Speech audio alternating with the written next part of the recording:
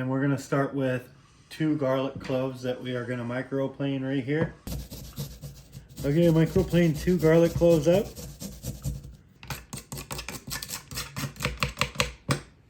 The next ingredient we have is yellow Corgetti. And we already have some green Corgetti that we have chopped up and spiralized. But we're gonna get some of the yellow Corgetti for you. You just wanna chop the ends off here and square this out.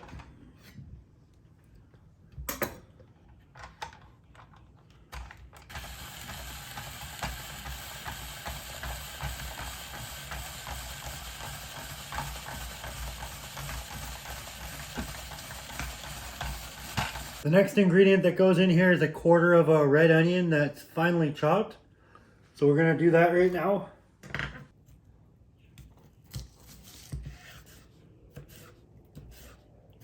Little root.